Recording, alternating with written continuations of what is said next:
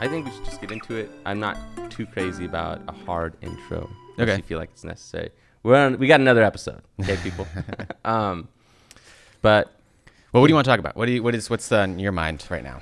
well, I don't think that the Catholic Charities House I'm mixing them now. The Catholic Charities episode went too great. As we know, I fucking froze that episode. Yeah. And even doing this First guess. That was. I'm getting a little PTSD from the last episode because it's like Sure, but you gotta shake lights that out. are on. You I gotta know. shake it out. And I feel good about the episode now, tomorrow's. Yeah. But the anxiousness I currently have right now is like, shit, I fucking could freeze again. Right. Which is why I'm looking forward to having Heidi on because I've known her since I was like 10 years old. But yeah, I mean, a lot to talk about. I think content-wise, the Catholic Charities episode was not what we thought. Just because Sarah was she was the PR person for Catholic Charities, so she had the stuff she wanted to say, and part of it was learning more about the organization, which was great. I think we wanted to talk more about like social issues and like kind of more. Which, to be fair, she can't necessarily. Speak and she, too much she can't. That's not her job, and it brings up too many. Like at one point you were like, doesn't this give you some despair? Yeah. How is this not like make you like Catholic feel like Charities is a great organization. Right. Sidestep. And like she's not gonna say We love you, Sarah. You're not. Yes, you're definitely not watching. We're this, so right? appreciative that she came on, and I think it was great to learn more about it. And I think that's not the kind of conversations we want to have, and I think we can have those conversations that are even natural to us. Yeah, and I think we can talk about it more like we talk in an interview, or you talk with somebody in an interview, and then that person is there to like lend things. Because I can address this thing of like, and I did, when you were talking about it, I was like, I think it can be very, kind of hopeless or like despairing when when you think about it, but when you're in it again, like it's like you're just trying to help that next person. You're trying to help that next person at a time. And I think that Sarah would have something very good to say about that and what Catholic Charities does and how their view might be or what their line is about that sort of thing. And I think that's good to have. But again, I think having that conversation being more the centerpiece and that an outside perspective, I think is kind of the way to go about it. Yeah.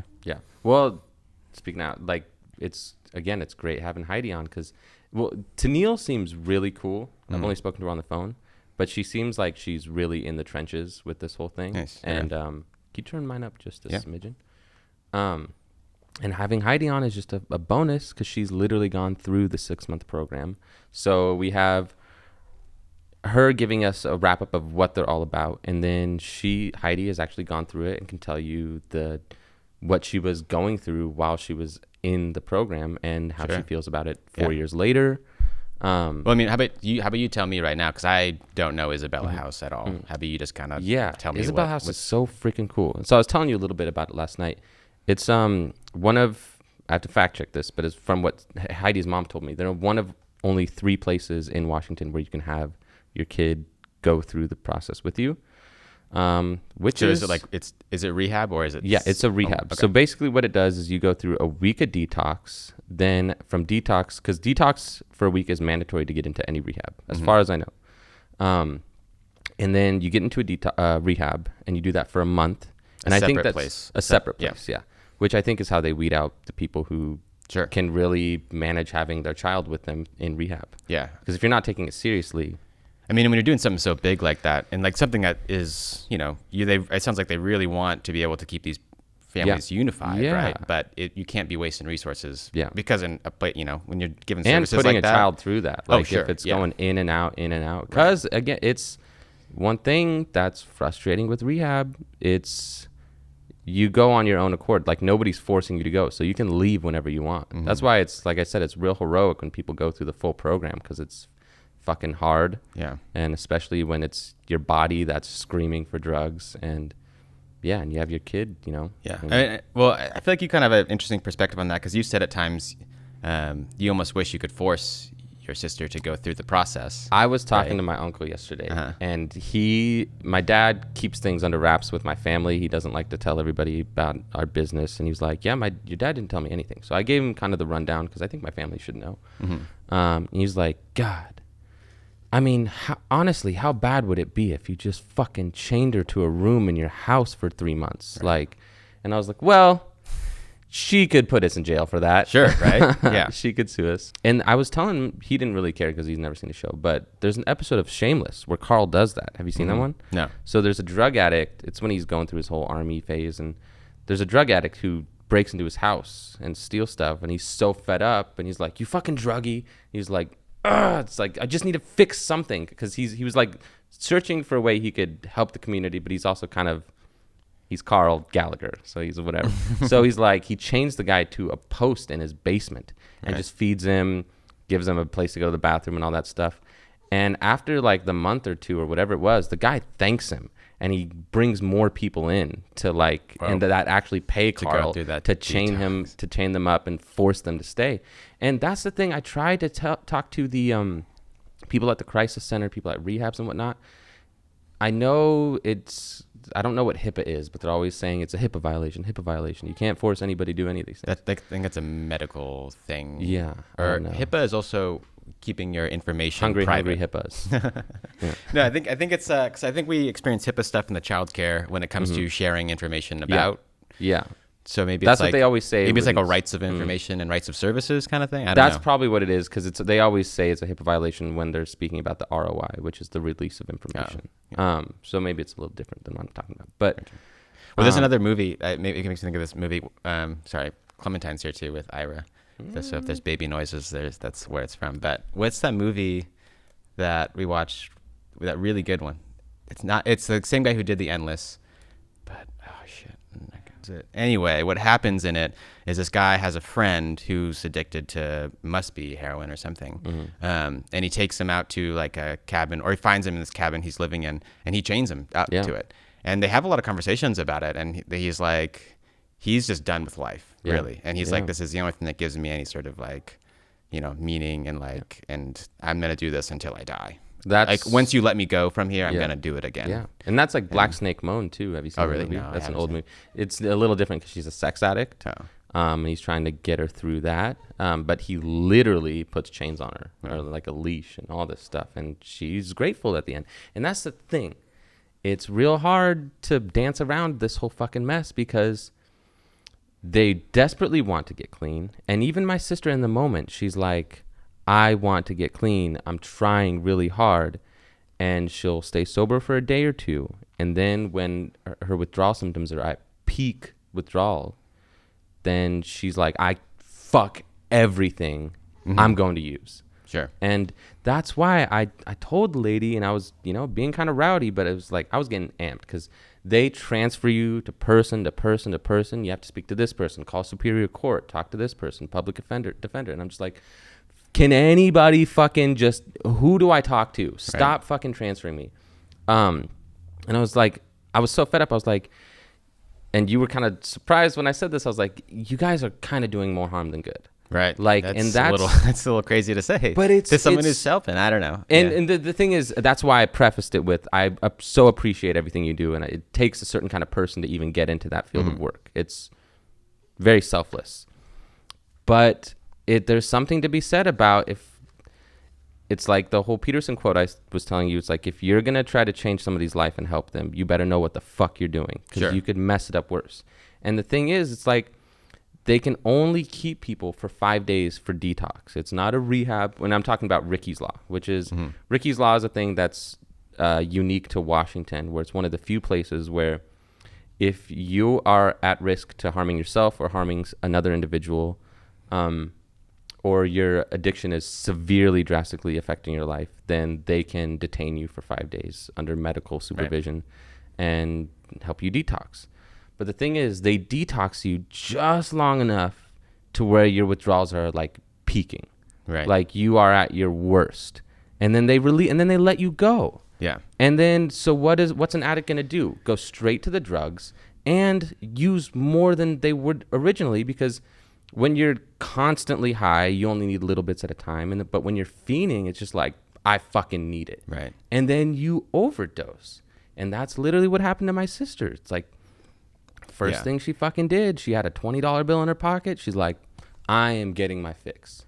And that's fucking terrifying. When we were talking about it last night, we were kind of talking about it in the context of services offered and things like that. And where it's at now, what I was saying is that it's probably better than it was 10, 20 years ago, right?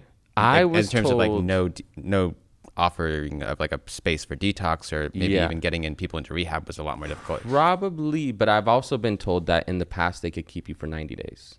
In detox or in like in like a pseudo detox jail rehab type thing? Because I feel like I'd have to I don't know. I don't know the history of it, but I would imagine that those things were kind of more criminalized than anything else. And like I agree with you. It probably could be better, but like we have to do that through the system again. Like the vigilante. You're a shill for those people. I know, because that's what they always say. It's like we have to look out for that person's rights and all that stuff. And it's like I get it. That's what came up a lot with Sarah about Catholic Charities. Is I started to get this sense of the whole like sacred nature of the individual and giving them that empowerment. When I was able to kind of like connect to that point with her, when I was just like, okay, the whole idea of it is that you want, right? Because there's people in this country, in the state, in the city that are like, it's every person for themselves. Everybody's an individual and they have the rights. They have the right to kill themselves if they want to, or live a terrible life, right?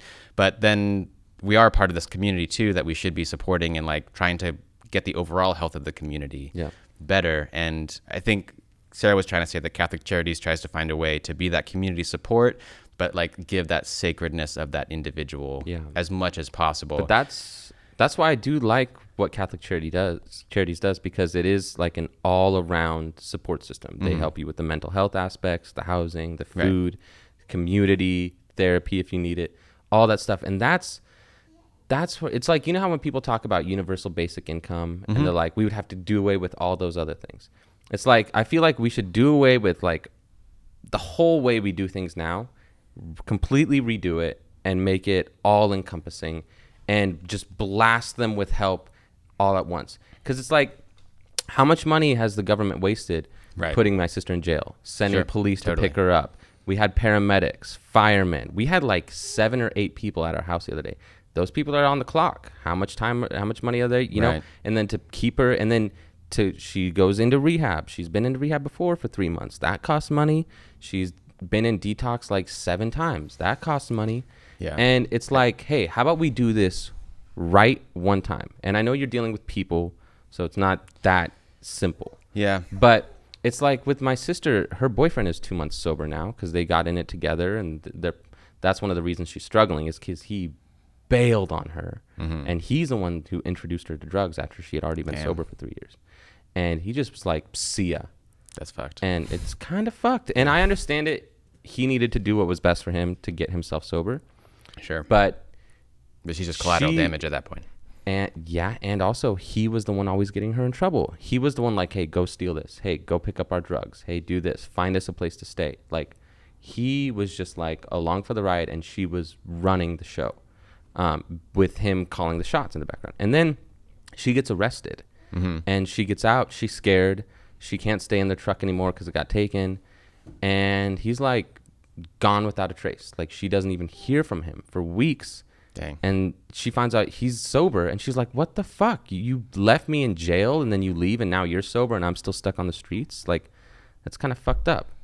Where was I going with this? But yeah, it just seems like it's very mismanaged, and there's a lot of money being thrown around through goodwill, but if you're going to do something, do it the right way. Yeah, well, I think the problem with any sort of like... Oh, sorry, I did remember. Yeah, go for it. That's another reason it's so difficult for people to get sober. When he got sober, and like I said, he's been sober 2 months, he went out of town to this beautiful place in the forest with this family, away from all of his triggers, everything, good home-cooked meals, all that stuff. My sister, when she goes to the worst detox in Spokane because it's the only one available. I'm not going to say the name, but you guys suck. And they make you sleep on like mats on the floor. Yeah. They have garbage food so that the only way you can have anything that's remotely tasty is going to the vending machine, which means you have to have money. Right. Which means if you have money and you can leave whenever you want, once you're like, this place fucking blows, I'm going to go pick up. Because that was the issue. When we dropped my sister off the fucking 5th time or whatever, she was like, can I please have like $20 for the vending machine? And I was like, I don't trust you. So I said, no. My dad gave her $20. And what did she do? A day later, she left. She went and picked up. That money was supposed to be for the vending machine. And I was talking to the place. I was like, don't you guys think that's like a hole in your system? Like, your food is so bad. People have to carry money on them to get any kind of good food from the vending machine. That's how bad your food is. And so, I have money on me. I'm just going to go use. Why am I putting up with this bullshit place that's dingy? The people are jaded. So they're like, this fucking druggie is an asshole. I hate putting up with this shit all day. Right. And again, the type of people who are going into these works, I know I'm rambling, but who go into this field of work have good intentions and they're probably great people. But it's just my same feeling about cops. You get so jaded after dealing with these people for every day in and day out. And Spokane has nothing but a large population of homeless people with mental health issues and substance abuse issues. So I was talking to my dad and he was like, or my uncle, we were like, to us, she's our precious niece, daughter, sister, loved one. To them, she's a fucking druggie that's wilding out, sedator. They're like, do you want us to drug you? Like, we'll give you drugs to calm your ass down. And it's like, they manhandled the shit out of her.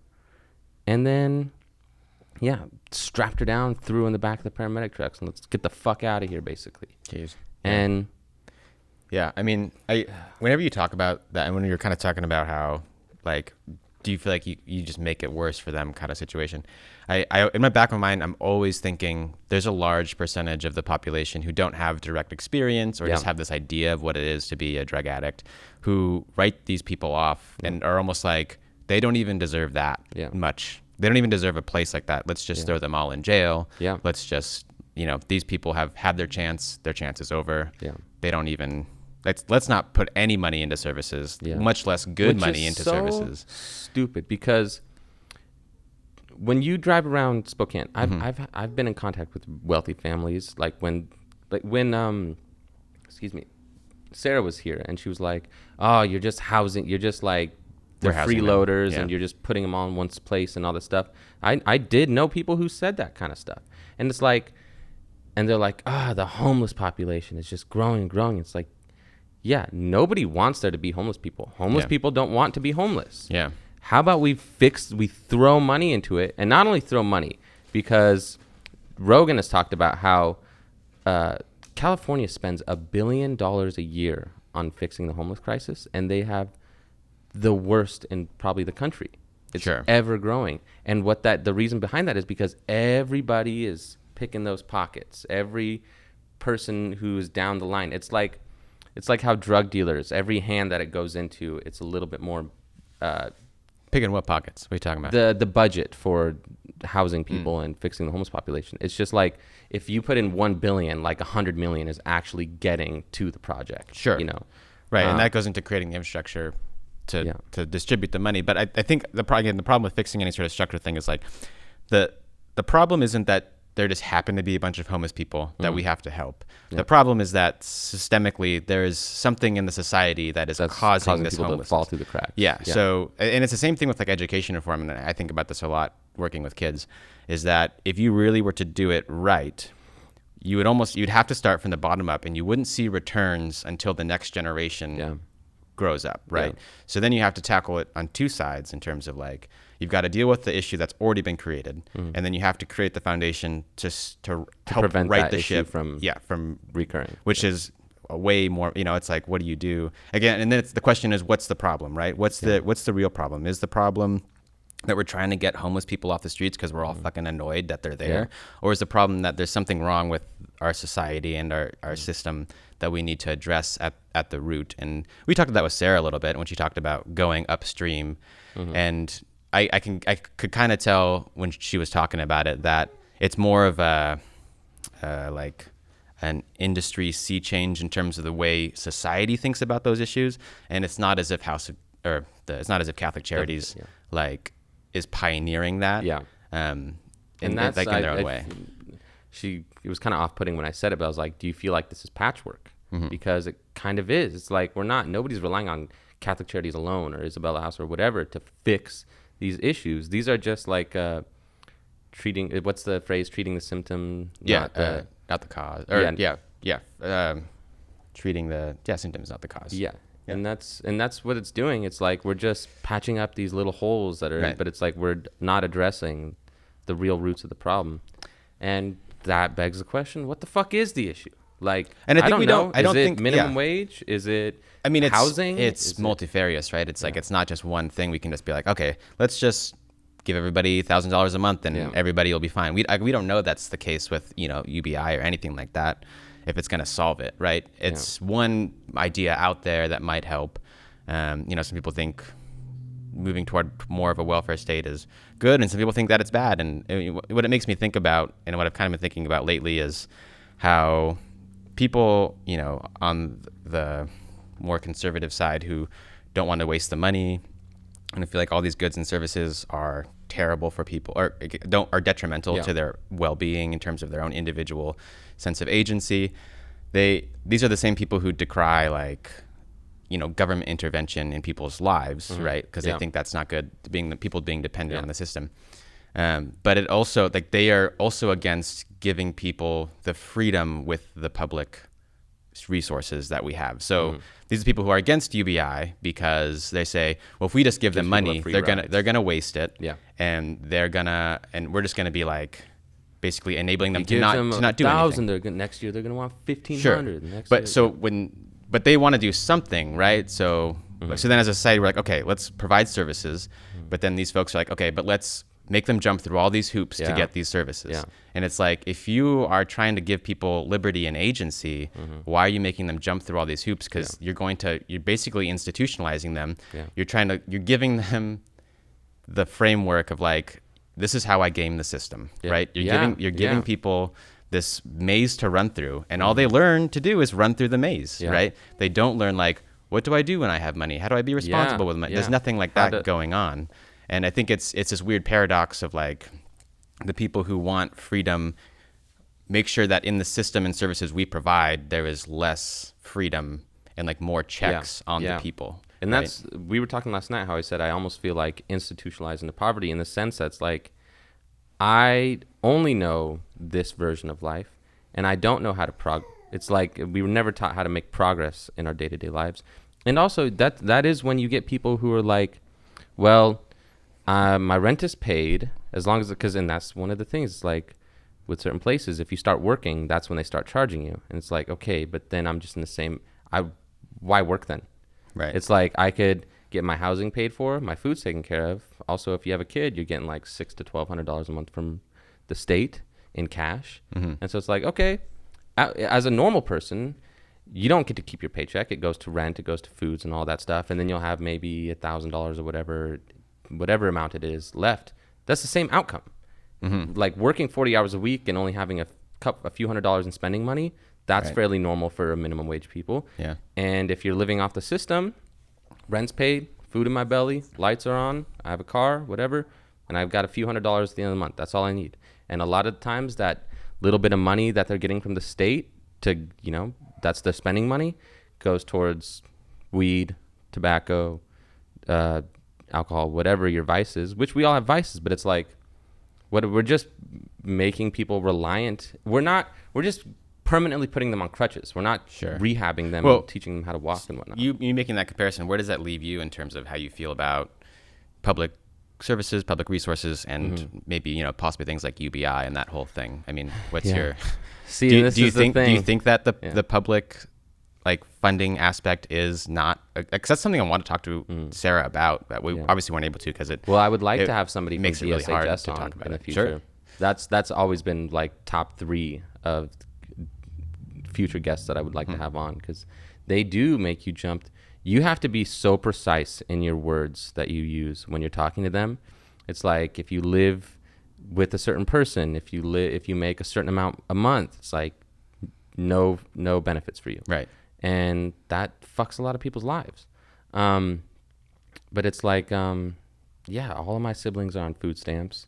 And in my brother's case, he has fucking 4 kids. Sure. I mean... Well, and what you're saying, the problem with it is that I think what really creates people depending on the system and becoming quote unquote institutionalized is that, like, and we talked about this with Sarah too, is that at some point you're worried the services are going to drop out from under you, right? It's like, if I try harder, If if I have to check this box that I'm able to do X, Y, Z, then that means I'm no longer to get the funding, and it all might crumble, and I might lose the little bit of support I have, which is where I do feel like something like UBI or like universal services. Like if everybody has the baseline, there's no worry that that's going to drop out. And hopefully it'll give you freedom to like do more. I wonder if like, you can get that plus get a job. Yeah. Without and losing what if it. universal basic income wasn't necessarily here's a boatload of cash? What if it was in rent vouchers, you know, and you give that voucher to whoever you're renting in and the state cuts them a check, you know, and maybe in the form of food stamp. Like it could be dispersed on cards or whatever it is. And you can't just go and I'm getting a new TV and a new car and all this stuff. But I don't know. I think it's like, but then again, is that limit? Is that? Well, yeah, it's a bit like, again, like telling people what they should spend their money on, right? But I think if you give somebody, money, even if you didn't do food stamps anymore, if you give somebody, you know, $500 a month, they're gonna spend some of that on food. Don't you think? I mean, it's not like they're gonna. It's like they're gonna be like, oh, like I'm gonna buy a TV and then find food somewhere else. I don't know. But that does happen. And I come from a real ghetto family. But where's the somewhere else? What do you mean? It's, again, I think if you are training people, if you're like have so many hoops to jump through, you're training people that like that's where you get the money, and that like you're training people to game the system. Like, and people just want to like survive, right? And like, you know, us trying to work as hard as we can to make a living is just our way of gaming the system. That's just seen in a more reputable way. But I think we should like figure out what that floor should be, right? And we talked about UBI before in terms of what that floor is for society at large. Because I'm always of the mind, like I hear the argument that like some people are going to waste the money, or that some people aren't going to want to work if they have, even if they take like, let's say it's a small payment. Let's say it's like $500 a month to everybody in the country. That's not a lot to live on, right? But there will be people who use that and live off that only, because it gives them enough to survive, you know, just food and like a tent or whatever, you know. Those people are always going to exist, right? There's no system we create that like fully, you know, engages everybody and lifts them out of that situation.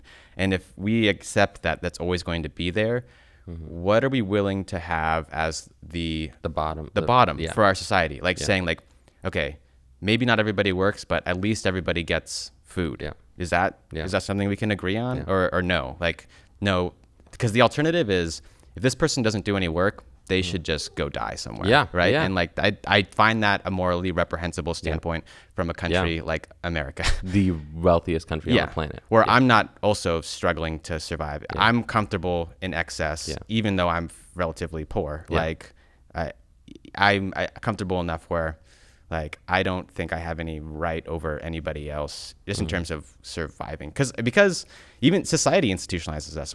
I have no way of, if I went off on my own, to survive in any meaningful way, I feel like, because we're not equipped, you know. So if we're going to create the society we live in and the structures that institutionalize us to have to live in the city, even if we have nothing, you know, and have to live on the street, because it's like, people say like, those people should just go live off in the woods. It's like, they don't have any, they're, you know, they've become like foragers, and they scavenge the same way anything would. Makes me think of another point, which is like, I think housing has got to be a big part of the issue.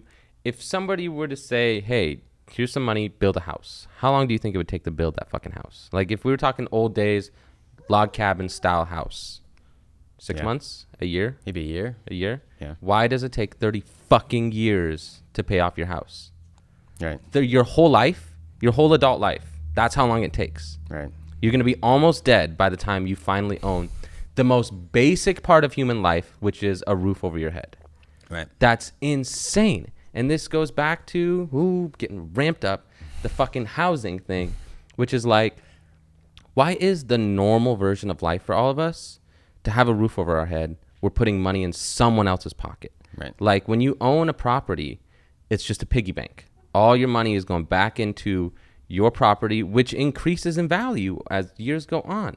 But 99% of us, I don't know what the fucking number is, but it's most of us, are throwing money into some other asshole's pocket. Right. There should be a format that allows everyday people to actually purchase their property that they're going to live in for their whole life. It's the whole fucking meme where it's like, Bank doesn't think I can afford $800 in a mortgage payment, so I pay $1,200 in rent. Right. It's bullshit. It's such bullshit. And yeah, I don't quite understand. I mean, when it comes to like people having to take out loans for everything in life, I don't quite understand how the system works. And I would love to talk to an economist, and we've talked about rent before. I would love to talk to an economist who says like, this is why the rent structure exists. Because in a way, like, I get how it works. I don't get why we find that the most suitable, like that's system. also not the way it's done in every country. Like I was watching this video, this woman's like, Americans, like everything is off of loans and credit and all this stuff. Here, we own everything we buy. So if you lose your job, you don't lose your house and your car and everything you own. You don't become homeless. You're just broke for a while Yeah. until you find a new job. Yeah. And sounds fucking amazing, Yeah. I mean, it makes me think when you say it like that, it makes me think that part of our system is that you're dependent on the Big Daddy. the capitalist like structure, right? So it's like, we don't teach people that like to build, own, have a house. We don't teach people to make, grow, create their own food. Yeah. Everything is outsourced to private services, private firms, which makes us dependent on them. Intentional, yeah. And then it makes room for the vultures to come in and like, yes, he ate shit. Right. Let's take all his shit. Right. And that the people have a career. I think they're called vultures. They're called some kind of vulture, where they go and strategically find houses that have been repossessed or whatever. Right. And then they we buy it for half the fucking price, and then we sell it for double the price. Right. And well, I was reading or listening to that book Evicted, and the way it from the inside of the like housing world, what it sounds like the game is you have property. You were able to get enough money to get property. The goal of this property is to get money from the property and to find people to give you that money. Yeah. So what you do is you go find somebody that needs a house, which people are desperate for housing, right? So they're easy to get in the door. And then like that's what happened with the whole financial crisis, as far as I understand, is all right, like you want a house, I'll give you this loan money, and you can buy a house, and then you have to pay me, right? Yeah. And the second you can't pay, I get it all back. I not only to get what you gave me, I get the house back to give to somebody else. And once I suck you dry, like next person, and then evict you, and then like it's just about getting as much money, not caring about the people you leave behind. It's not holistic. That's also gross. It's like you go bankrupt or whatever, you lose your house. As far as I know, you don't get to keep all the money you put into it. Bank just takes it. Yeah, and it's I pay 75% of this house off and can't make my payments. That money's gone. Yeah, the bank got that money, and they get the house. They to should sell at to somebody least else. have to buy it from you and pay you what you put into it. Right? It's so gross. Yeah. The whole, and we're kind of just throwing out problems. I don't know what any solutions are. Sure. I mean, I don't think we're the ones going to come up with the solutions. I don't know. That's why I say let's start a commune. I mean, if we bought like a plot of land, right? If we had some way of making money on the internet or something, and we made enough money to supply to afford our lifestyle, bought a plot of land with all the trees and the natural resources that are on it. And we could build a place, like couple separate cabin-style houses with solar panels. Oh, I thought she was making that face to the idea. Solar panels, a stream for like water, steam power, whatever it is. And you were self-sustaining. I mean, what would that, is that a possibility? What does that look like? I think, and I bet those communities exist. And how different is that?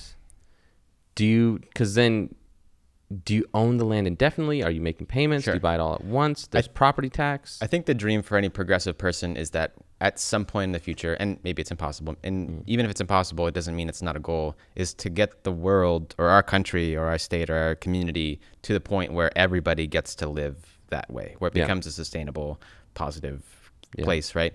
And I think, like we were talking last night about politics, where it's like, for me, like as I've come to understand it, I do believe that politics is the only avenue to like actually affect small incremental change. And you're talking about like, how do I create a complete system, right? Or how can we revamp everything? Or how do I start a cult? Right. But like when it comes down to it, if you want to do some good, like we're all just moving the flag forward. Yeah. And like, if you have a problem with the way the detox stuff is run now, like you should help support or yourself advocate on the city level would be like, we need to improve this service. Like it's detrimental. Like I've gone through it. I've seen it happen. It needs to be changed in a way that will possibly do a little bit more good. Right. And the people who set up those programs were trying to just do a little bit more good. Right. Yeah. And like the problem is you set up those structures and then they get employed or they get staffed by people who don't have the same mission or don't completely understand their role in the situation, and they're just humans who get burnt out and who get frustrated and who don't understand and are XYZ. It's like, and that's it's tough. If I was a cop, I'm a person, I would probably become jaded the way they are. Like, and that's shitty. And I think it's fine to become jaded. I think it's not okay to like put that on other people. I mean, like I work, with kids in the foster system, and like I get frustrated constantly, and like you kind of have to absorb the blows. You show them a good what for. But there's the temptation, right? Of like, this person has pissed me off, or this kid has pissed me off. You know what? Like I gotta show. Like that's why you're not adopted. That'd be so. Damn. I mean, but if you think about it, right? You have to I have to constantly remind myself why I'm there. Like, and if you lose sight of why you're there, like that comment does damage and more damage. Oh, the one I just fucked up said. Sure, but that's the kind of shit like you might want to say. Oh, right? There was Rogan talks about a kid in his class that was like talking back to the teacher, and he said, "That's why you're nothing, and you'll never be anything." And it's like the teacher said that to a kid. Yeah, it's like, I mean, teachers are in the same position. You just fucked his kids life. Can be terrible. I do think that's what people can get in their mind about. And like, you're again, we're just people, and that's a natural reaction to have of like, I don't want to be around you, right? Like, I don't want to be around you if you're going to be like this. Like, you're being an asshole to me, kid, or you're being an asshole to me, person who's going through these services. Sister, so it's like, I don't deserve that, and you don't as a person, right? But you have to, there's no like narrative of like, what am I doing here, and what are we doing as a society and a community, and like that kind of work, like, should be exalted more. It should be a prestigious position, but like no, like I work at a place where I barely make more than minimum wage, to do a very stressful, hard job that drains me. And I went with the kids to the store, and I would see the store's hiring, and they get paid more to work at the store than I get than working with these kids. And it's like, so you gave the kids applications, like, don't make me some fucking money. But it's like, it's those hard decisions. And it's like, I don't find any prestige in my job. And it's borne out by the market costs that they're able to pay me, right? That our society doesn't value that job in the way we value other positions. So it's like, God, everything is just done the wrong way. All of society, it's like. But I think, again, like all the highest paid people are the most useless fucking people. Like, is there anyone more useless than Kendall Jenner? But honest, no. Is there? I do believe that the middle and upper class of this country lives in a very different universe. They don't experience the desperation that is so normal to people living on the lower tiers. Like, and they think on a that second to second basis. The whole myth is that like if these people worked hard enough, they would be able to rise above. They would be able to pick themselves out. Like this is kind of your punishment for not being able to do more. And I think the argument that people like Ayn Rand, and I would say Jordan Peterson too, say I disagree.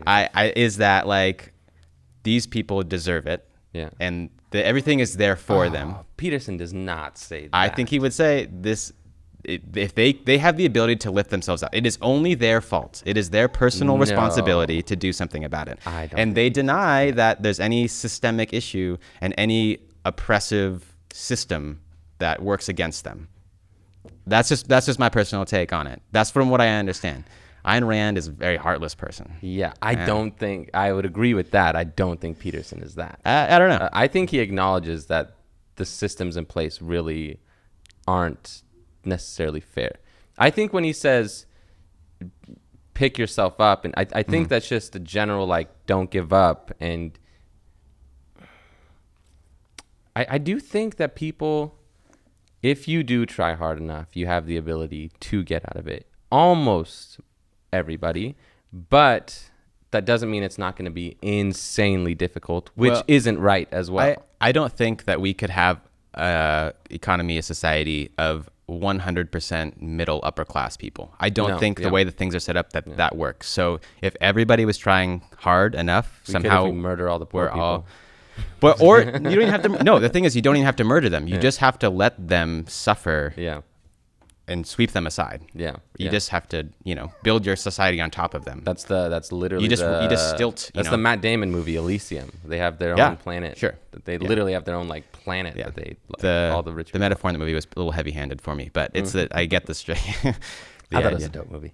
I mean, I think Elysium was a little heavy-handed, but Yeah. but District 9 was good.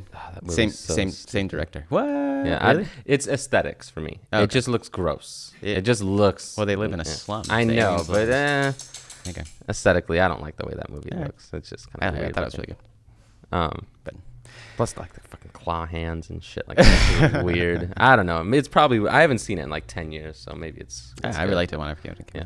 We should do that one maybe sometime. Yeah, it is like 1:10. I don't know how. Yeah, I should probably get going soon. Okay. But I mean, I think we touched on a lot of stuff, which was great. I almost wondered if we should do Neil deGrasse Tyson. Hi, buddy.